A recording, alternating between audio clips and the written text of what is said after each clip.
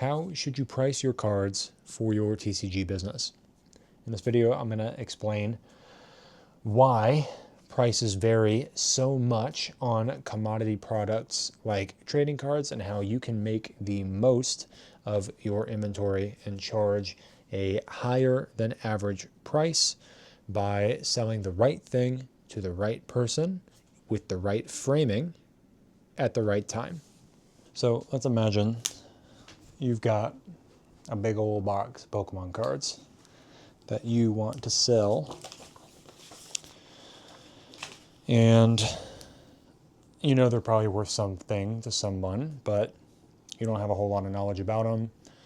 You don't know where you can even share that you have these to catch the attention of the right people. You just want to get rid of them. You've got a bunch of other stuff. You've got some old guitars. You've got a cajon. You've got an old silly cowboy hat, and you want to sell all these things in a garage sale. So you just put some signs out, maybe notify some people, maybe post on Facebook, garage sale.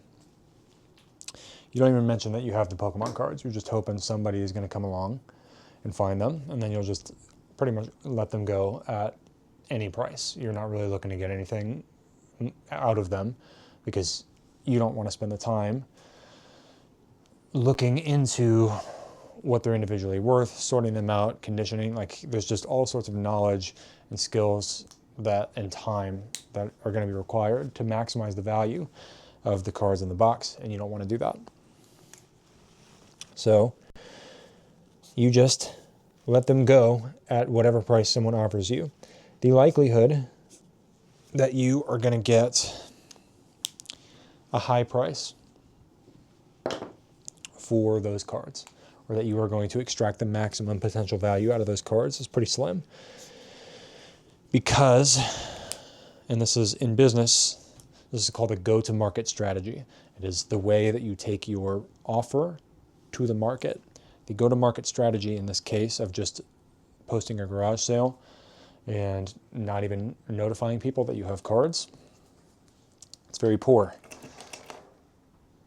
It's not going to attract the ideal customer, because customers can't buy from you if they don't know that you exist. And so let's take it up to the next level. Let's say you actually do mention on your signage and on Facebook, and maybe on Facebook Marketplace, you mention that you're having a garage sale and that you're going to have Pokemon cards there. That is going to catch the attention of people who buy Pokemon cards, collectors, resellers, whoever. And so you are going to be more likely to extract closer to the actual value of those cards simply by announcing that they will be available.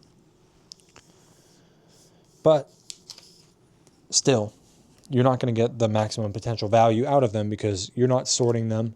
Whoever it is that comes along and buys those cards from you, you might be able to get a higher price out of those cards because you are signaling, you're sending out a bat signal saying, hey, there are cards here. But you're still not going to get the maximum value because people are not going to know what cards are there. So there's people, you might have cards that somebody is willing to pay a high amount of money for, but they don't know which cards you have. So they know that you exist and that you have cards, but they don't know that the card they want is in that pile. And so they're going to pass because they don't want to go out of their way to take a risk of wasting their time and not finding the thing that they wanted. And if you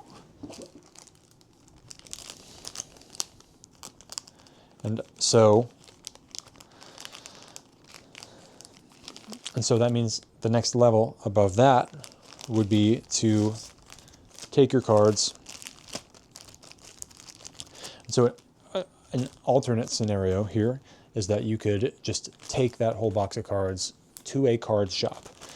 And this means you're not going to get the maximum value of those cards. However, you're going to get some kind of standard rate, some kind of predictable rate. And there's also a chance that anything valuable that is in there, the card shop is going to have the infrastructure to identify it and make you a fair offer. So there's a greater chance that you're going to get more of the value out of individual cards without you having to know what cards are in the box, because they will identify it for you. That's kind of the difference between, that's level 1, we have you selling a casual seller to a casual buyer. Level 2, we have a casual seller to an informed buyer. Level 3, we have a casual seller to a business buyer. And it's not necessarily hierarchical, but these are different selling and buying relationships that you would have. And so selling to the business, because that business has the infrastructure to extract greater value out of those cards, then you can sell to them at what are functionally wholesale prices, but you can get the actual wholesale price out of individual singles, which you won't be able to get out of just your average reseller, because someone's not going to stand on your porch and give you a spot value on each and every card that's in the box. It's just not feasible. But someone at a card shop that can run the cards through a sifter and then make you an offer, you can get that. So that's, there's levels to this. Now, another way that you could go about it is that you could actually spend the time researching, sorting, identifying, conditioning, and separating out and researching the cards that are in your box. Depending on how many you have, you may or may not want to do that. If you do that, though, you become an informed seller, and this opens up new avenues. You can sift and separate out true bulk, and you can sell it at the same price that you would have sold all of the valuable cards at, but you'd only be selling bulk at the bulk prices, and you would have pulled out the valuable cards. You could resell them. This, of course, requires skills, knowledge, some sort of selling infrastructure that goes beyond just having a garage sale or dumping a box off at a card shop. And of course, it's going to take time and effort that you may not want to spend. But when you can see how this ends up kind of impacting the buying and selling relationship, when you take work off of your buyer's plate, you can charge a higher price. So if you research the cards that are in your box and then take those to the market and list those specifically and put them on Facebook Marketplace, or pull them out and list them at individual prices on your table at the garage sale, or just pluck them out and sell them to the card store, you're going to get more value out of those specific cards than you would if you just dumped them in the box, because you are taking value out of you're taking work off of people's plates. And so the people that otherwise would have skipped your garage sale because they don't know if you even have Pokemon cards, or they don't know if you have the cards that they're looking for, if you list out the cards that people may likely be looking for, like you highlight the Snorlax and the Rayquaza and the Charizard, you increase the chances that somebody in the area is going to come and pay a higher price for those specific cards, because you have done the sorting and conditioning and the research for them. Level above that would be taking your cards and, of course, doing what I do and listing them online with stock photos, TCGplayer, stuff like that. Cards are pretty standardized. If you can list an inventory and people can browse through your box remotely from the comfort of their own home and pick out exactly what they're looking for, you're going to be able to get a higher price for those cards. And that's where you can set a floor price, and you can turn 1 cent or even like free bulk into 20 cents, 25 cents, 15 cents, whatever your floor price is. And you can turn trash into treasure. And of course, you can sell stuff like this that you acquire for super cheap. This is Meowth EX. I've sold 6 of these in the last couple days. I got them for super cheap, and I'm selling them for $261. I've got one less that I might just bump it up to $299.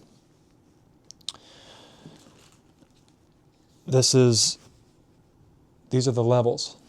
These are just the different ways that the same item can be sold at different prices to different buyers based on how it's framed. So this shows that there is not a true value to anything.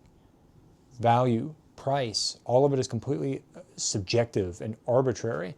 And so when you look at the market price of something, or you look at the MSRP of something, that's not the actual price. because that is just an aggregate of all of the buying and selling relationships and transactions that happen. But let's say we take it up another level and you have a relationship with people in your community where you know that there are specific collectors who are looking for specific cards and specific sets and so on.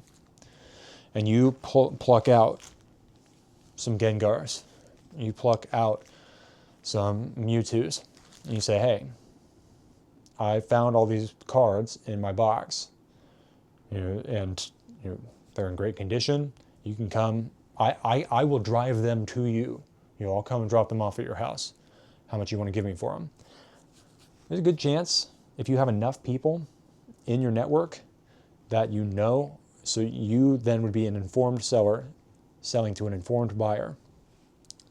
That's where you're going to probably get the highest price, because you can negotiate and wheel and deal and do stuff that like a business can't do.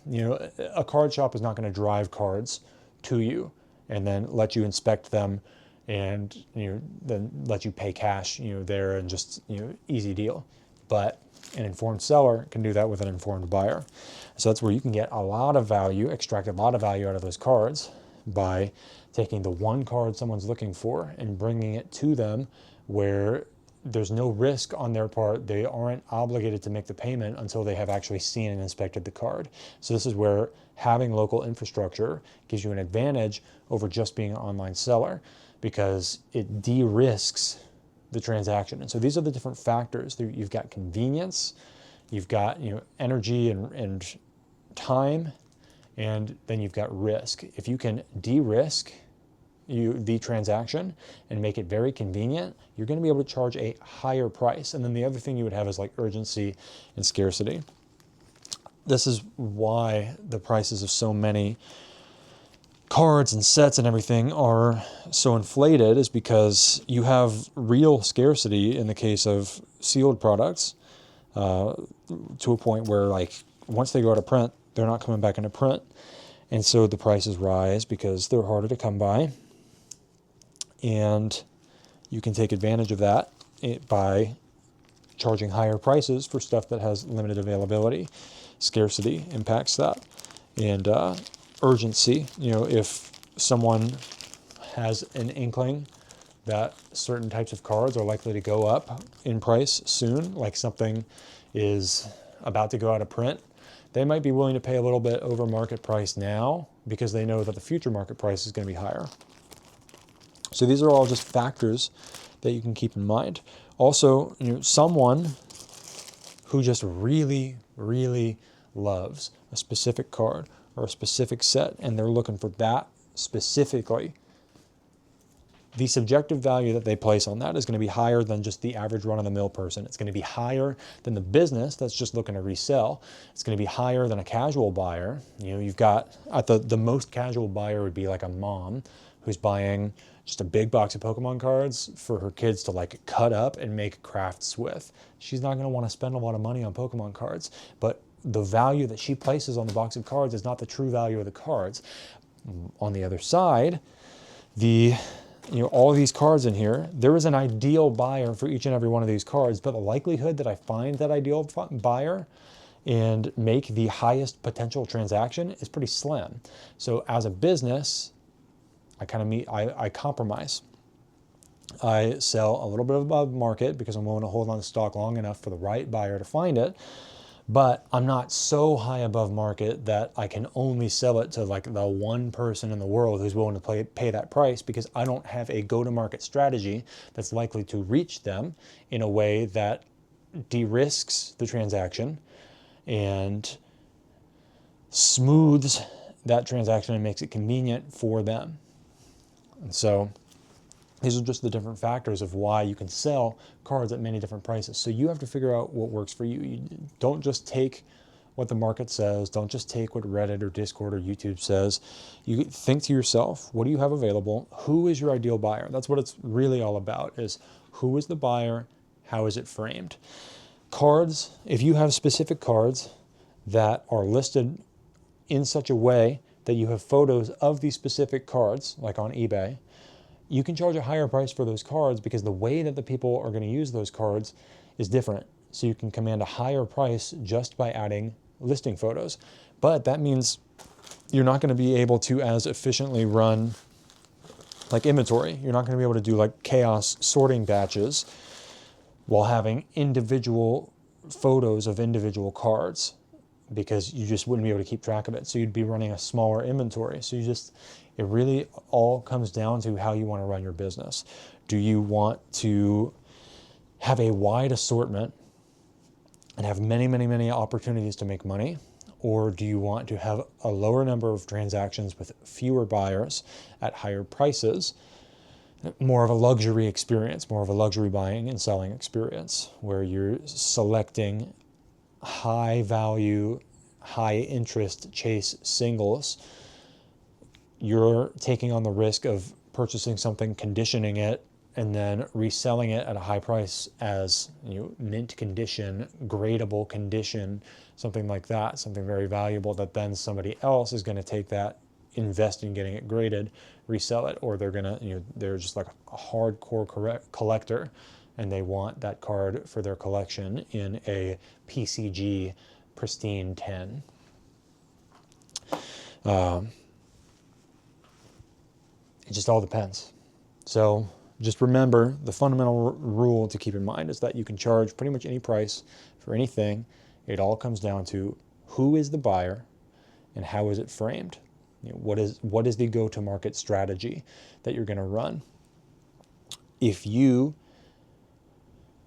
can drive discoverability by getting yourself out into marketplaces where people are shopping and buying, TCGplayer, eBay, Manapool, Double Hollow is the one TJ always talks about, Card Trader, you know, I don't know what all is out there, Card Sphere, Facebook Marketplace, garage sales, vending, you know, buy, sell, trade nights, your own website. There are many ways that you can go about getting your stuff out into the market in a way that people can start to recognize that you likely have the thing that they want. I mean, this is how every business works. You know, people go to grocery stores because they know that there's food there and they need it. And so when they're hungry or when they need to stock up for the week, they know exactly where they want to go.